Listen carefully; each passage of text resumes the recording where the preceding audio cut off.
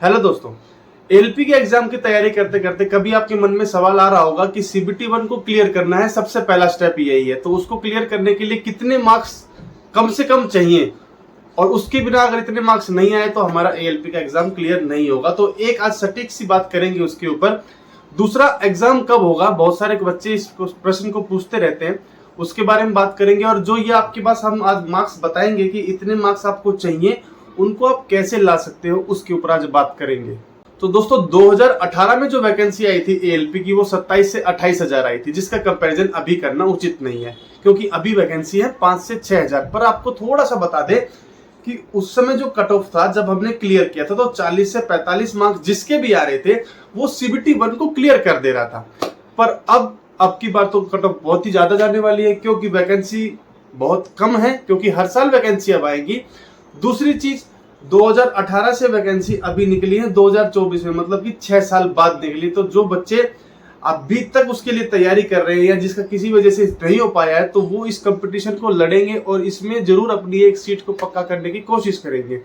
तो दोस्तों, अगर बात करें कि मेन कितना सेफ स्कोर हो सकता है, कितना हमारा सीबीटी 1 क्लियर करने के लिए मार्क्स चाहिए, तो उसके लिए सबसे पहले हमें पता होना चाहिए कि फॉर्म भरे गए हैं 20 लाख।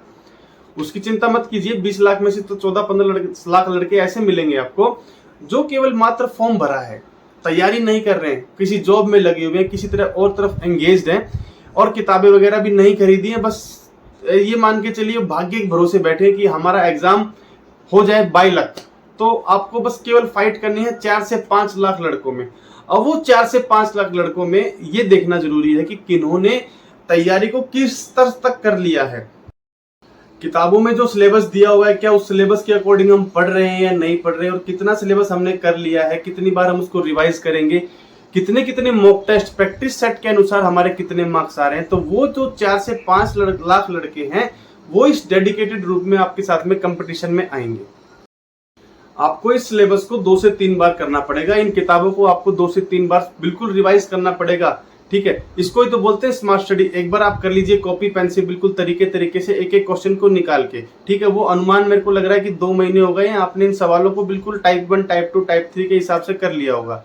दूसरी चीज क्या है, फिर आपने जब दोबारा से सिलेबस को करने बैठोगे तो आपको बिल्कुल कॉपी पेन का इस्तेमाल नहीं करना है। जो जो क्वेश्चन आपको उस समय हार्ड लगे थे, उन क्वेश्चंस को आपको उठाना है और जो क्वेश्चन आपसे हो जा रहे थे उनको आपको वर्बली करना है, मतलब इस तरह से कि मेरे को आ रहे हैं और क्वेश्चन के आंसर को मैच कर लेना है बस।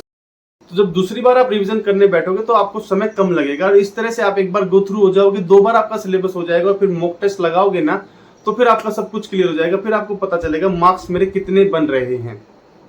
अब दोस्तों देखिए, सीबीटी 2 में जाने के लिए सीबीटी 1 से कितने बच्चों को लिया जाएगा, जितनी वैकेंसी है क्या उतनों को ही नहीं, जितनी वैकेंसी है जोन वाइज, जिस जोन में जितनी वैकेंसी है उसकी 15 गुना बच्चों को वहां पर लिया जाएगा। मान लीजिए किसी जोन में, जैसे कि आपको अपने जोन का पता है, आप उससे अपने आप को एलिवेट कर लेना।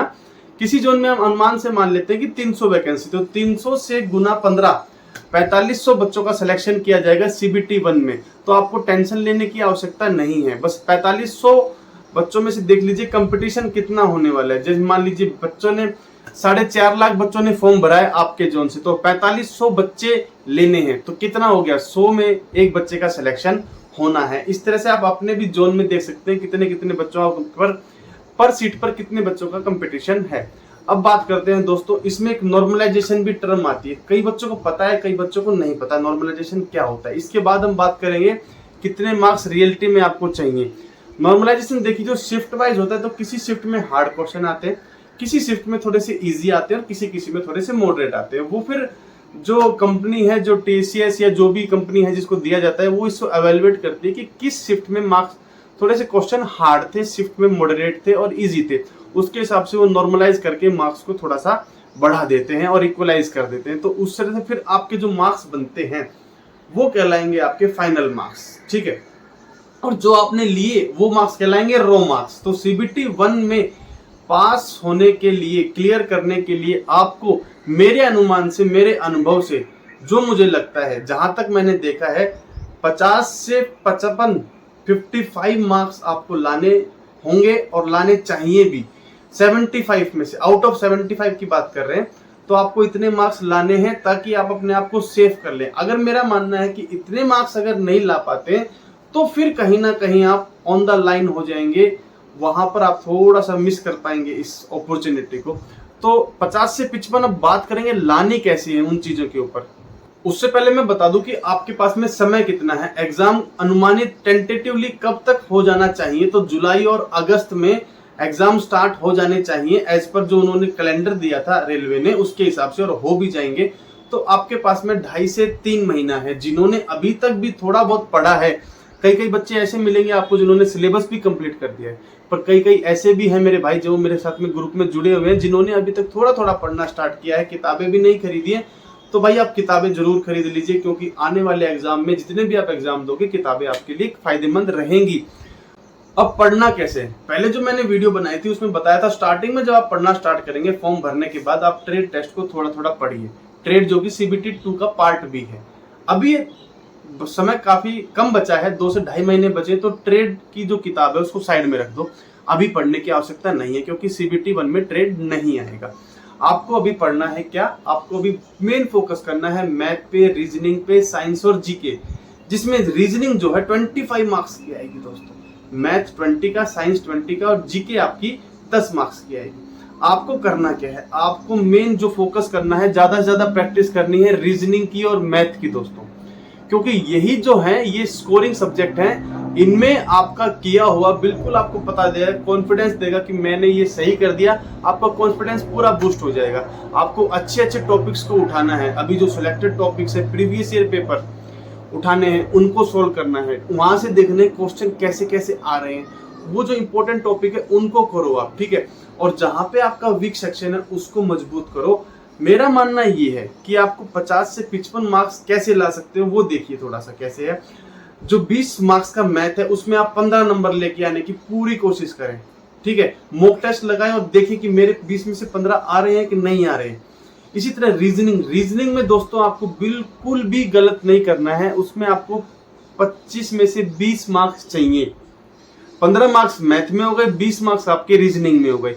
अब बात करते हैं साइंस की। साइंस को करना कैसे, साइंस में देखिए 4 से 5 जो मार्क्स है ना, वो बिल्कुल एनसीईआरटी की किताब से डिट्टो के डिट्टो आते हैं। हमारे जो 2018 में आए थे बिल्कुल सेम टू सेम। अगर आपने वो 9th और 10th की साइंस एनसीईआरटी से पढ़ ली तो 4 से 5 मार्क्स आपके बिल्कुल क्वेश्चन बिल्कुल सरे के सरे मिलेंगे आपको। फिर कुछ क्वेश्चन ऐसे मिलेंगे आपको 20-30% जो एनसीईआरटी बेस्ड होंगे, उनके लिए आप किताबें ले सकते हो। स्पीडी की किताब ले सकते हो, किरण पब्लिकेशन की किताब ले सकते हो, ठीक है। साइंस को भी मजबूत कीजिए, कम से कम 15 मार्क्स आप वहां से लेके आइए। जीके का क्वेश्चन थोड़ा सा बहुत ज्यादा वास्ट है, ठीक है, पर 10 मार्क्स का, 10 में से आप 3-4 मार्क्स भी लेके आएंगे तो चल जाएगा।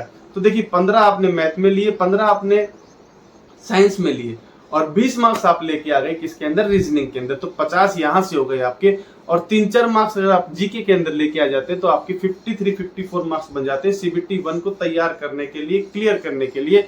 50 से 55 मार्क्स अगर आप लेके आ गए तो मैं गारंटी के साथ कहता हूं कि आपका CBT 1 बिल्कुल प्यार से और स्लिमली स्मूथली क्लियर हो जाएगा।